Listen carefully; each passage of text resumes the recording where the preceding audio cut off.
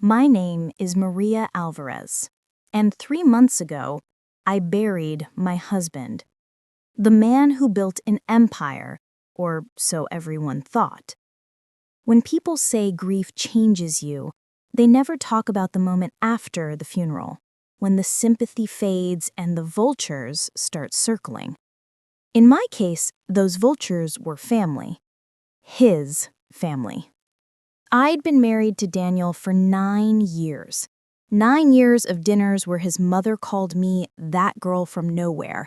9 years of family parties where I was introduced as Daniel's wife, never by my own name. And now, sitting in the mahogany-paneled office of Harrington and Blythe, their family lawyer, I could feel that same condescension again, sharpened, polished, and ready for war. Across the long glass table, his mother, Evelyn, whispered something to her other son, Charles, and they both looked at me the way you look at a bug under a glass. "Maria," Evelyn said finally, "you understand that Daniel's assets were family property. He would have wanted us to manage them properly." Family property. They said it like I was some outsider who'd stolen their birthright. Daniel's sudden accident had left a void, not just emotional, but financial. The paper said the Alvarez Tech Group was worth $27.4 million. They didn't mention that the vultures knew the number by heart. I sat quietly, hands folded, every eye in that room trained on me. They thought silence meant surrender. But Daniel and I had made a promise years ago, one no one knew about, a promise that today was about to speak for itself. The lawyer, Mr. Blythe, adjusted his glasses and cleared his throat. He looked uncomfortable, like he'd rather be anywhere else. When he opened the first envelope, Evelyn leaned forward like she could already taste the victory. According to Mr. Alvarez's last will and testament, pause, paper rustles. His estate and business holdings are to be divided per the enclosed instructions. Evelyn smiled. Charles exhaled, relieved. I kept my gaze steady. Because I already knew something they didn't. Daniel was many things, brilliant, stubborn, and secretive, but never careless. As Mr. Blythe began reading, Evelyn's smile widened. The Alvarez family home, located at 92 Riverband Lane, to be transferred to Mrs. Evelyn Alvarez. She clutched Charles's hand like she just won the lottery. The secondary properties and remaining liquid assets to be divided equally between Charles Alvarez and Evelyn Alvarez. She let out a satisfied hum. And then, almost as an afterthought, Blythe said, "And the entirety of Alvarez Tech Group, including all intellectual property and controlling shares, to remain under the management of the existing majority shareholder."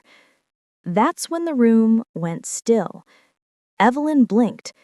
Charles frowned. "What does that mean?" Evelyn snapped. "Who's the majority shareholder?" Mr. Blythe hesitated, just for a heartbeat. Then he looked at me.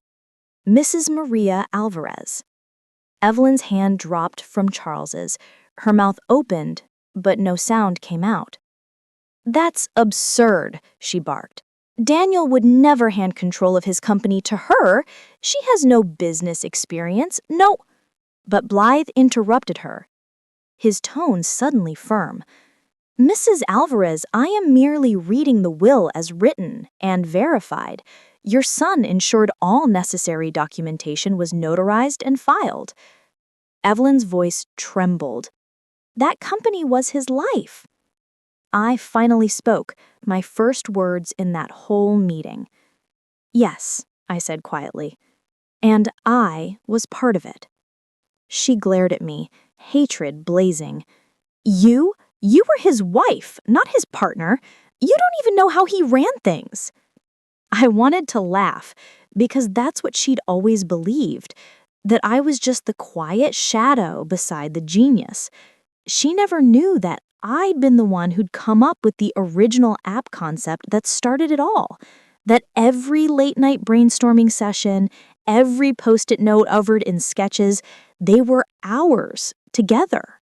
But I didn't say any of that. Not yet.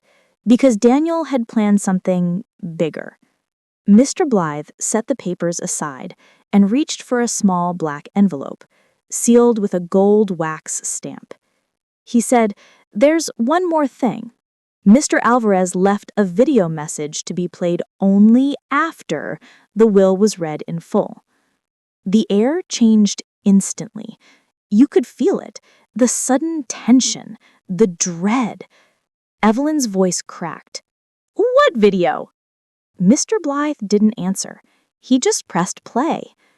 The screen flickered to life, and there was Daniel, alive, smiling that tired, crooked smile I knew so well.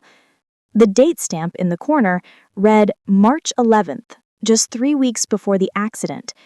He began, "If you're seeing this, then I didn't make it home."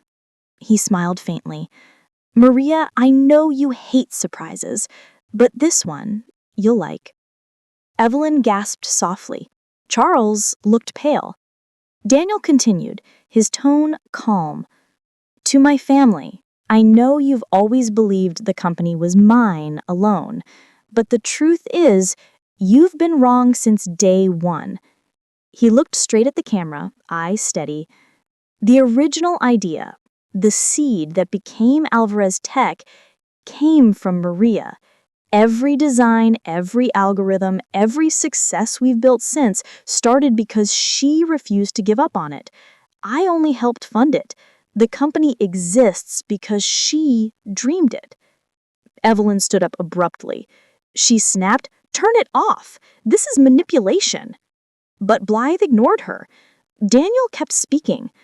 "So, to be clear, Alvarez Tech was hers long before it had my name on it.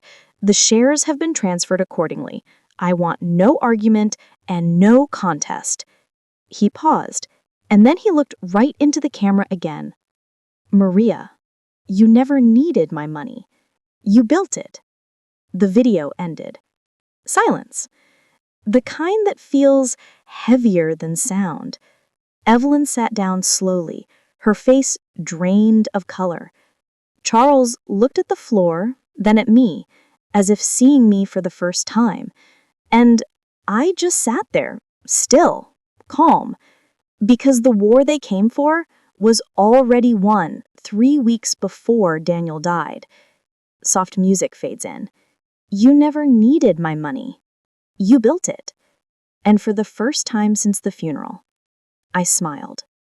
I thought that video would be the end of it, but when greed has roots that deep, it doesn't die easy.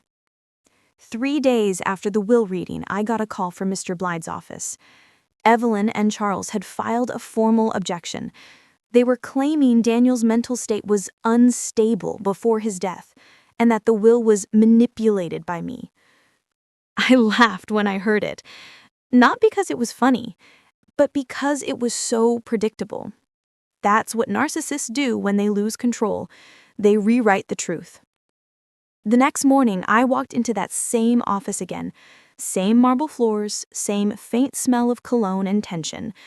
But this time, I wasn't nervous. I wasn't the grieving widow anymore. I was the woman Daniel trusted to finish what they started. Evelyn was already there, draped in black silk, playing the role of the tragic mother. Charles stood beside her, fake sympathy smeared all over his face. The moment I walked in, Evelyn's expression hardened. "You have some nerve showing up here," she said, "after what you did." I tilted my head. "What I did? You mean existing?" She stepped closer, lowering her voice. "You tricked my son, manipulated him. He wasn't in his right mind." I cut her off.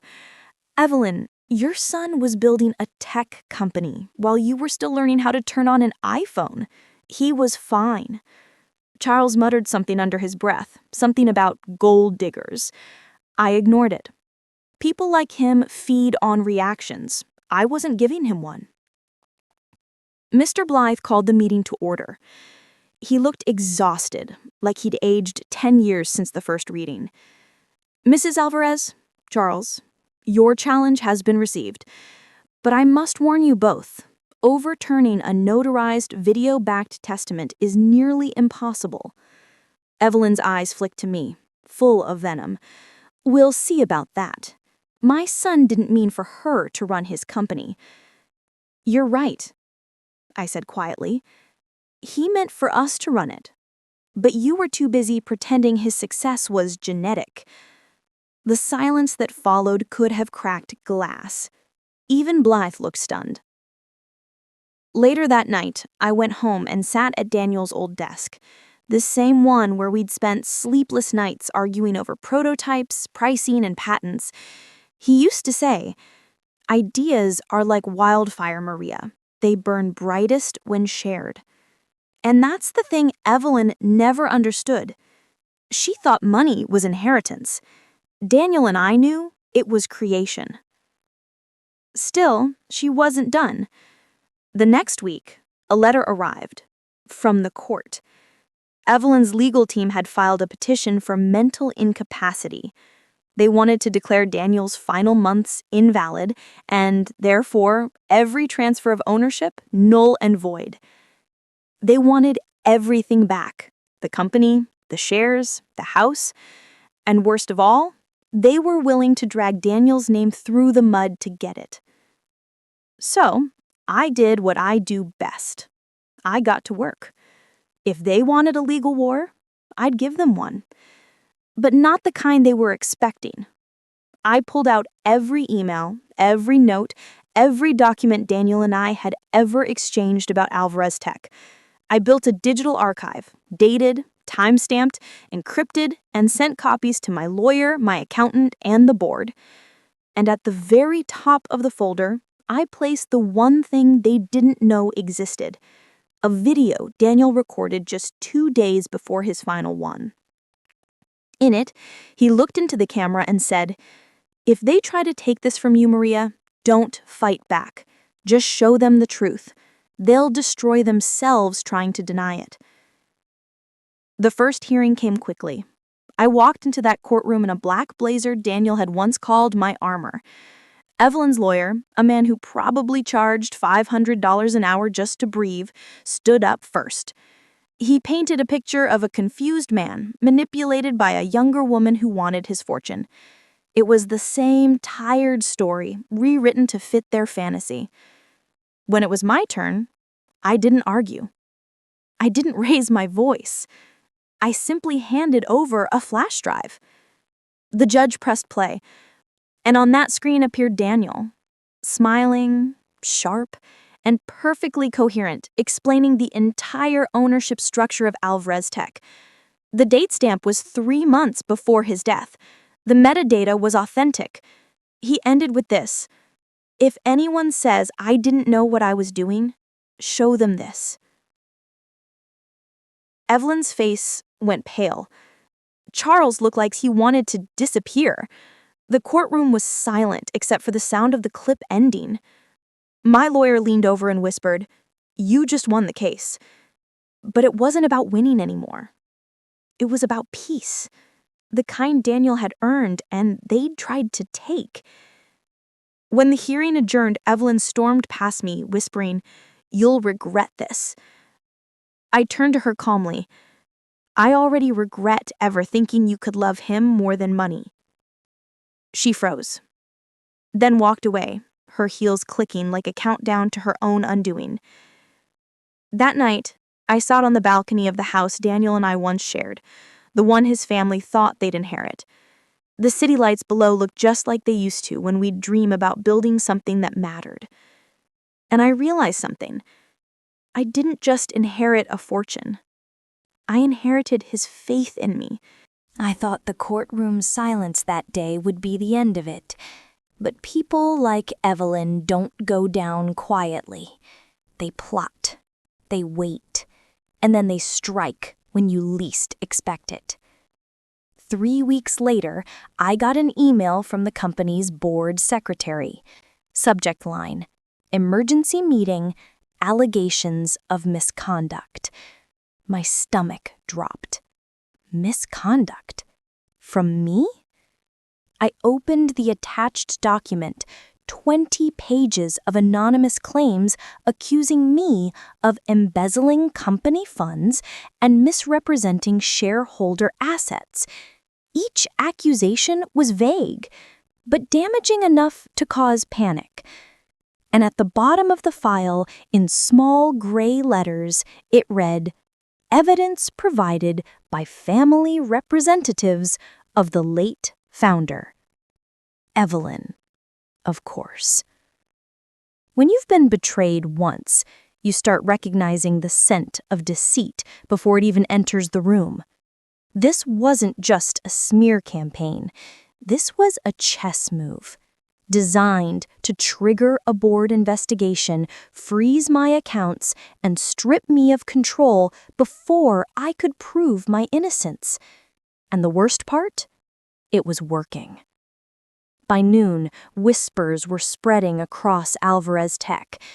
People were texting me privately, not to ask if it was true, but to say, "Stay strong, Maria." That's the thing about rumors. They don't need proof to burn everything down. I called my lawyer, Daniel's old friend, Victor Hahn. He was calm, methodical, the kind of man who could deliver bad news with surgical precision. "Maria, they're moving fast. If the board calls for a vote of suspension, you could lose temporary control." "Temporary," I repeated. "And then?" "Then Evelyn and Charles appoint a proxy director. Once that happens, they'll bury you under paperwork until you can't breathe." I exhaled slowly. "So we don't let it get that far?" Victor hesitated. "You sound like Daniel right now." "Good, because this time I'm finishing what he started." The next morning, I walked into Alvarez Tech headquarters like I owned the place, because legally I did. Employees scared as I passed, half sympathetic, half curious. That's how fear works in corporate air. Quiet, contagious. In the boardroom, Evelyn sat at the far end of the table. She wasn't supposed to be there. She wasn't a shareholder. But she'd found a way in through Charles's proxy seat. Of course she had. The chairman cleared his throat. "Mrs. Alvarez, there are allegations of financial impropriety under your management. We've been asked to review internal accounts." I cut him off. "Before we begin, may I ask who submitted the allegations?" A pause. Then a voice from the corner. "Charles. It doesn't matter who. What matters is the truth." I smiled. "Oh, it matters, because intent is truth." I opened my briefcase and pulled out a small black folder. Inside was a signed document one Evelyn had carelessly emailed to the company accountant last week. "This," I said, sliding it across the table, "is a letter requesting access to corporate expense logs signed by Evelyn Alvarez, a non-shareholder, which means, by law, she obtained company data illegally." The room went silent. Evelyn's face flushed white. "You can't prove that was me," she snapped. "Actually, I can." I clicked the remote. The projector lit up, displaying an email trail, complete with her digital signature and timestamp. I have the metadata. Daniel taught me how to keep receipts. The chairman adjusted his glasses. "Mrs. Alvarez, this is serious. These documents could constitute data theft." Evelyn stood abruptly. "This is ridiculous. She's framing me." "No," I said, softly. "I'm just showing the truth, like Daniel asked me to do." That was the moment everything shifted. The board voted unanimously to drop the allegations. But I wasn't done. "One more thing," I said, turning to Evelyn. "You've been using Daniel's name to reach our investors, claiming you have rights to his shares. I'll be filing a restraining order for impersonation and fraud." She froze, eyes wide, mouth trembling. I could see it, the realization that her game was over. "You can't do this to me," she whispered. "I'm not doing anything to you," I said. "You did this to yourself." That night, I received a text from an unknown number. It read, "He didn't tell you everything. Check his office. E." At first, I thought it was another manipulation attempt, but something about the wording felt different. So the next morning, before dawn, I drove to Daniel's old office, the one he'd used in the early startup days, before Alvarez Tech became a skyscraper name. The building was nearly empty. Dust settled on his desk like a thin layer of memory. And then I saw it. A small flash drive taped beneath the drawer, labeled only with a single word: truth. I hesitated before plugging it into my laptop. The screen flickered and a video file appeared. "Play me." Daniel's face filled the screen, tired but clear. He looked straight into the camera, just like he had in the lawyer's office weeks earlier. "If you're watching this, Maria, then you've already seen them try to destroy what we built. But there's one thing they don't know." He paused, breathing shallowly like each word cost him. "There's another account, a holding fund, $4.3 million, set aside for you. I never listed it in the main will because I knew they'd come after it. It's in your maiden name, under the same LLC you founded before Alvarez Tech. Use it to rebuild if they burn everything down. Promise me you'll keep creating." He smiled faintly. "You never needed my money, Maria. You built it." The video ended, and for the first time in weeks, I cried. That night, I sat alone in the office, watching the city lights flicker against the glass. Evelyn thought she'd won by forcing me into defense, but she'd just handed me the final piece Daniel had left behind. The next morning, I sent a single email to the board. Subject: New Strategic Initiative, Project Phoenix. Attached was the business plan Daniel and I had written together years ago, one that Evelyn never even knew existed. It wasn't just about tech anymore. It was about resilience. The morning after I found Daniel's final video, something in me shifted. Grief had turned into focus. For weeks, I had been defending what was already mine. Now, I was done defending. It was time to build again. I sat at Daniel's old desk with a cup of cold coffee and the flash drive in my hand. The $4.3 million fund wasn't just money, it was trust. It was Daniel saying, "Keep going." So I opened a blank document and started typing. Project Phoenix. It wasn't just a business plan, it was resurrection. I called it that because that's what I was now. Not the widow they pitied, not the woman they underestimated, but something reborn from the ashes they tried to bury me in.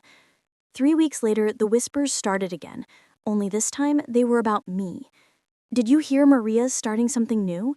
She's meeting with investors again. Is it true she walked out of Alvarez Tech?" Yes, it was true. I walked out with the same calm they mistook for surrender, because when your enemies think you've given up, that's when you win. A month later, the trade press caught wind of my new company, a startup that focused on ethical tech development, transparency, inclusivity, and social impact. Everything Alvarez Tech had lost when Daniel died. Investors who once ignored my calls were now reaching out to me. I didn't chase them, I just waited. Because power doesn't beg, it attracts. Meanwhile, Evelyn was imploding. Her lawsuit had failed, her name was on an open fraud inquiry, and her allies were vanishing one by one. I didn't need to destroy her reputation. She did that herself. But karma, I've learned, always arrives in poetic form. One afternoon, I got a call from Victor. "You might want to sit down for this," he said. "Is it Evelyn?" "It's her house." Apparently, Evelyn and Charles had mortgaged their estate to pay legal fees, and when their last appeal was denied, the bank foreclosed. "It's going up for auction next month," Victor said. "Do you want me to ignore it?"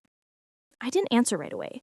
I thought of Daniel, of everything they'd tried to take, and then I said, "No, don't ignore it. Buy it." On the day of the auction, I didn't even go in person. Victor handled the bid, calm, efficient, and quiet. By noon, the deed was signed. And just like that, Evelyn's mansion, her pride, her temple, belonged to me. A month later, I sent her a letter, short, professional, almost kind. "Dear Evelyn, the new owner of your property has agreed to offer you a rental option for a limited time while you relocate. Monthly payment, $8,500. Signed, M. Reyes Holdings, LLC. Reyes, my maiden name. She wouldn't know it was me. Not yet." 2 weeks later, I stood on the sidewalk across the street as she moved her things into storage. She looked smaller somehow, not physically, but deflated, like the lies had finally run out of air. Charles wasn't there. Rumor was he'd moved out of state, trying to escape debt collectors. And Evelyn, well, she was still trying to keep her pearls and pride in place. For a moment, I almost felt sorry for her. Almost. That night, I sat in my apartment, surrounded by silence, and watched the auction confirmation replay in my inbox. There was no celebration, no champagne, just peace. Because the truth is, revenge doesn't always look like fireworks. Sometimes it looks like a quiet email at 3 a.m. that ends a war no one else even knows existed. A few weeks later, I went to Daniel's grave for the first time since the video. I brought fresh lilies, the kind he used to leave on my desk when I pulled all-nighters. I did what you said. I kept creating, but I also finished what they started. The breeze was soft that day. The city felt still, and for the first time since losing him, I felt like I could finally breathe again. Back home, my phone buzzed. A text from an unknown number. "The rent notice came. They're furious. You got the last word." I smiled. "No," I typed back. Daniel did. The mahogany conference room was silent except for the faint hum of the ceiling fan. Maria sat at the end of the long table, her hands clasped tightly in her lap. The entire Reynolds family, her late husband Ethan's parents, brother, and sister, filled the seats opposite her, dressed in somber black but wearing the smug expressions of people who believed they'd already won.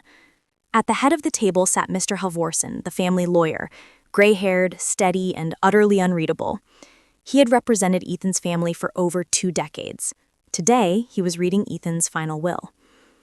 "And to my beloved wife, Maria Reynolds," Halvorsen continued, his voice calm and deliberate, "I leave our family home, our joint accounts, and full rights to all intellectual property pertaining to the company known as Blue Harbor Technologies." A sharp scoff came from Ethan's mother. "His company," she interjected, "not hers." Maria didn't flinch. She learned silence could cut deeper than words. Halvorsen didn't even look up as he replied, "The document states clearly, joint intellectual property." Ethan's father leaned forward, his voice oily with contempt. "Maria, dear, you've never written a line of code in your life. Let's not insult the man's memory by pretending you built anything." His sister chimed in, "It's fine. Let her keep the house. We'll take the company." That's what Ethan would have wanted. Maria's gaze stayed fixed on the table. The oak pattern blurred as memories pressed against her. Late nights sketching product designs, weekends testing prototypes, Ethan telling her to keep her name off the filings for now to avoid investor scrutiny. She had trusted him completely. And he had trusted her more than anyone knew. Halvorsen cleared his throat. "There is one final item, to be played per Ethan's explicit instruction." He nodded toward his assistant, who dimmed the lights and pressed play on a small projector. A faint flicker of static filled the room. Then Ethan appeared on screen. Alive, smiling, sitting in the same office they had built together. "Hey, Maria," he said softly. His voice filled the room, and every head turned toward the image like it was a ghost. He said, "I know what today must be, and I know exactly what's being said around that table. So let's clear a few things up." He leaned forward, expression hardening. Blue Harbor Technologies was Maria's idea.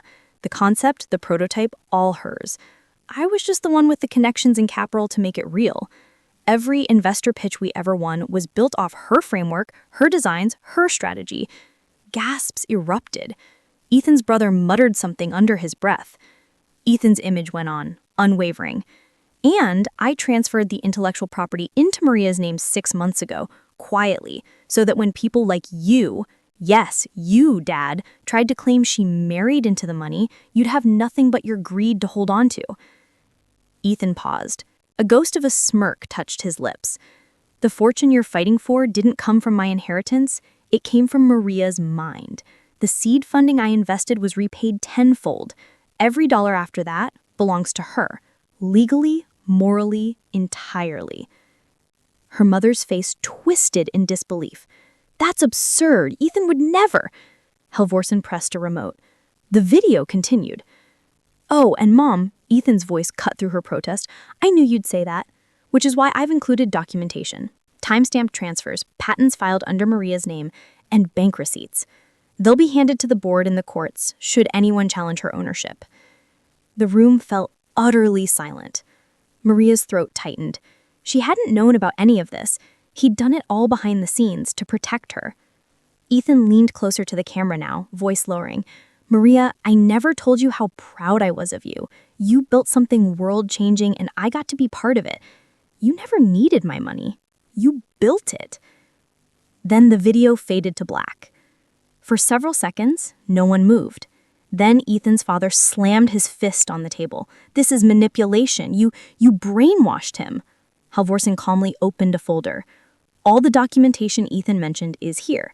It's been verified, notarized, and filed. Maria finally stood. Her voice was steady, quiet, but razor sharp. Don't talk about him like that. You spent his whole life trying to control him. You couldn't control what he built or who he loved. She looked around the room, their shocked faces, their crumbling arrogance. You thought I married into your world. Turns out, you were all living in mine. With that, she turned and walked toward the door. The last thing she heard was Ethan's sister whispering, "She really owns it all?" And Halvorsen's reply, "Every share, every patent, every cent." The conference room was silent, unnaturally so. The only sound came from the faint hum of the air conditioner and the soft scrape of the lawyer's chair as he stood. A mahogany table separated Maria from Ethan's family, but the space between them felt like miles of ice.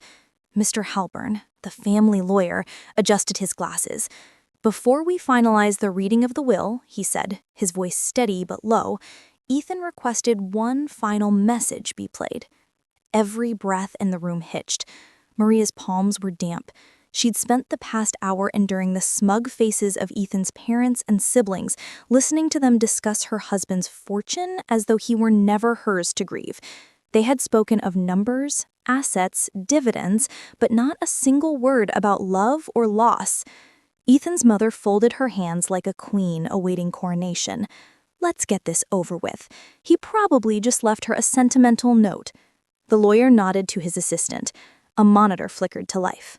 Static danced across the screen before it sharpened into an image of Ethan, smiling, alive, sitting in his office.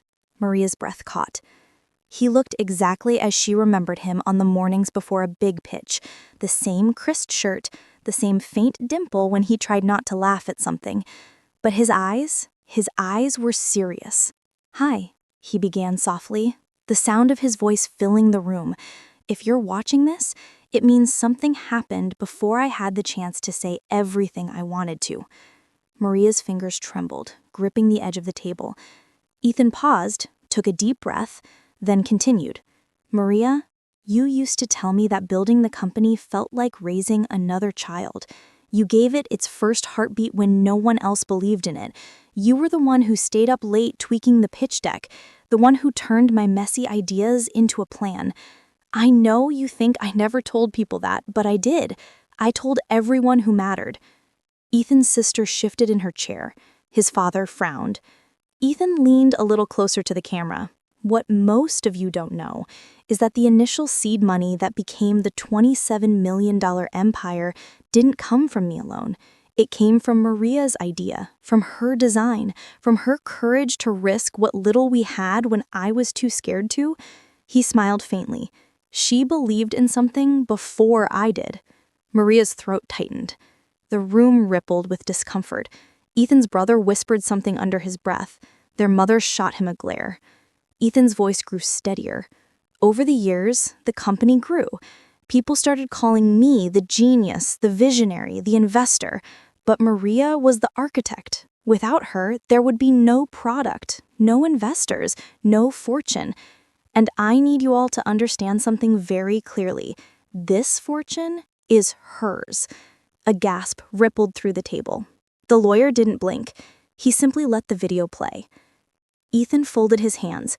Legally, I've ensured that every share tied to the core intellectual property transfers directly to Maria's name. You'll find the paperwork already signed, notarized, and filed with our attorneys. In other words, she owns it outright. No contest, no loopholes. Maria could feel the heat of a dozen shocked eyes on her, but she couldn't look away from the screen. Ethan's smile softened again. You might be angry right now. You might think I betrayed family tradition, but let's be honest. None of you were around when we had to pawn furniture just to keep the lights on. None of you believed when she did. And if I learned anything in life, it's that loyalty is proven when no one's watching. He inhaled slowly, as though gathering himself. So, Maria, this is my last gift to you. Not because you need the money, because you earned every piece of it. You built this life from the ground up, one I was lucky to be a part of. Maria's eyes burned. Ethan's voice softened to a near whisper. I know you. You'll probably want to share it, to forgive everyone. But please, before you do, remember that it's okay to keep something that's truly yours. He smiled, tired but real. You never needed my money, Maria. You built it. The screen faded to black. For a long moment, no one moved. The only sound was the faint whir of the projector winding down. Then Ethan's father erupted. This is nonsense! He was manipulated! His mother slammed a palm on the table. You tricked him, didn't you? Maria stood, slowly, calmly. No, she said, her voice quiet but unwavering. I didn't trick him. He just finally told the truth. The lawyer cleared his throat. The video and accompanying documents have been legally verified and authenticated by the firm. All transfers are complete. Mrs. Bennett, he looked directly at Maria, you are the sole owner and beneficiary of the Bennett estate. The words landed like a final verdict. Ethan's brother muttered something about contesting, but even he didn't sound convinced. The lawyer began packing his papers, professional and unbothered. Maria's gaze drifted back to the blank screen. She half expected it to flicker again to show Ethan smiling one last time, but it stayed dark. She whispered under her breath, You always knew how to end a meeting. Mr. Halpern stepped forward. Mrs. Bennett, would you like a moment alone? Maria nodded. Slowly, one by one, Ethan's family filed out, still murmuring, still shocked. The last to leave was his mother, her once perfect poise cracking just enough to reveal the hollow underneath. Maria didn't look at her. She waited until the door closed, until the echo of footsteps vanished down the corridor. Then she sat back down and exhaled. The air felt heavier, yet somehow lighter, too. For the first time since the accident, the grief that had lived behind her ribs began to shift. Not disappearing, but changing shape. She touched the cool surface of the table where the monitor had sat. She murmured, You always knew. Outside the window, the city was bathed in late afternoon light, the same kind of glow that used to fall across Ethan's desk when he called her into his office just to say thank you. Maria smiled faintly, tears slipping free. The fight was over. But closure, she realized, wasn't about winning. It was about understanding that love, real love, doesn't vanish when someone does. It leaves echoes, instructions, reminders. And this was his. When the echo of the door faded, Maria stayed where she was. The lawyer's folder, the empty chair where Ethan's mother had sat, even the half-drunk glass of water in front of her. Everything felt like a photograph left in the sun too long. She closed her eyes and let the quiet stretch. For months, she had practiced what she would say if she ever got the chance to defend herself, but now there was nothing left to defend. Ethan had already spoken for her. A soft knock came. Mr. Halpern leaned through the doorway. "I'll have the official paperwork couriered tonight. There's a security team outside if you prefer to leave privately." Maria nodded. "Thank you, Mr. Halpern." He hesitated. "He was proud of you, you know. He mentioned it every time we met." She smiled through a tear. He had a way of making everyone believe they could do more than they thought. When he left, she gathered her purse and the flash drive the assistant had slid across the table, a copy of the video. She held it in her palm for a moment, as if it might still be warm from Ethan's voice. The confrontation. Out in the hallway, the family waited like a small storm. Ethan's father was red-faced, his tie askew. "You think you've won?" he hissed. "You destroyed this family." Maria didn't flinch. "No," she said quietly. "You did that yourselves, when money mattered more than him." His mother's eyes flashed. "You'll regret this. You'll be lonely. You'll have nothing but guilt." She looked at her steadily. "I've already lived with worse than loneliness. And guilt? That belonged to you long before today." For a moment, no one spoke. Then she walked past them, steady, composed, her heels striking the marble floor like punctuation marks. Outside, a breeze lifted the hem of her dress. The sky had that translucent gold that comes just before evening. She breathed in, the air sharp and clean. For the first time in months, she felt it fill her lungs without pain. The return. 2 weeks later, Maria unlocked the doors to the company's headquarters. The building smelled faintly of new paint and coffee. Ordinary things, but to her, they meant continuity. She ran her fingers across the etched plaque near the entrance, Bennett Innovations. Employees paused when they saw her. Some smiled cautiously, others looked unsure. She gave them a small nod. "We're not changing the name, but we are changing how it feels to work here." That day, she walked through every department, listening more than she spoke. She asked the interns what they wanted to build next year, the engineers what they were proudest of, the receptionist what kept her here. She wrote down every answer. By sunset, she stood in Ethan's old office, now hers. The city lights flickered on below, reflections glimmering in the glass. She placed a framed photograph on the desk, one of the two of them at the company's first product launch, both wearing ridiculous matching shirts. She whispered, "We did it." A visit. A month later, a letter arrived. It was from Ethan's mother, handwritten in careful, deliberate script. "Maria, I don't know how to forgive what I said. Grief makes people cruel. If you ever find it in you to visit, the house feels too quiet. I miss my son.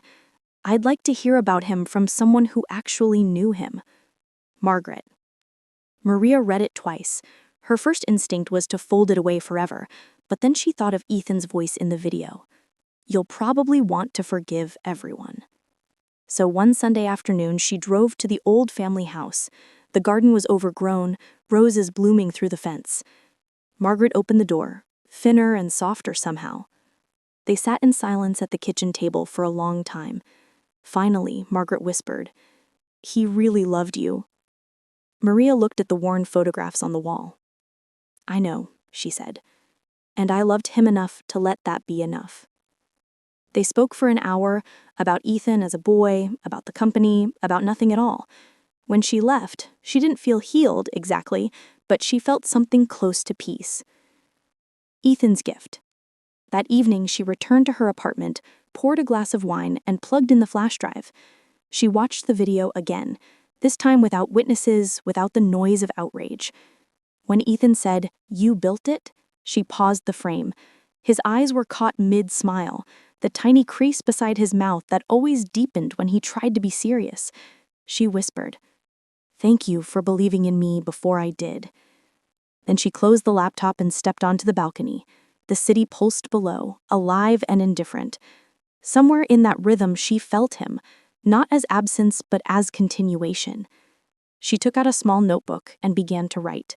At the top of the page, the Bennett Foundation for women who start again. Beneath it, she jotted numbers, ideas, sketches of programs to fund startups led by widows, single mothers, and women who had been told they weren't enough. It was quiet work, but she knew Ethan would have smiled at that, at her turning loss into motion. The closing voice. Weeks later, she recorded a short message for the company's annual meeting.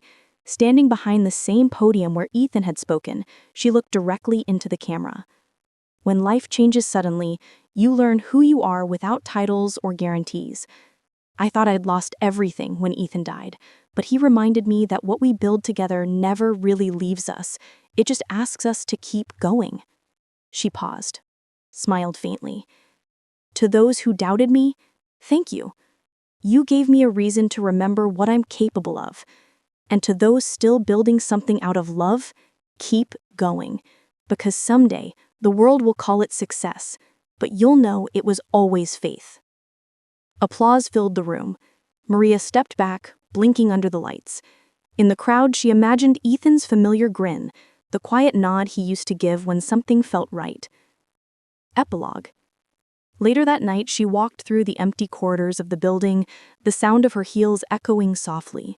She reached the lobby where a small display now stood, a bronze plaque beside the company's original prototype. The inscription read, "For the one who built it." Maria traced the letters with her fingers. The weight that had lived on her chest since the accident finally loosened. Outside, dawn began to rise. First a line of silver, then the slow bloom of gold. She stepped out into it, a faint smile tugging at her lips. "Good morning, Ethan," she whispered. The city answered with birds and traffic and light, the ordinary music of life that keeps moving forward.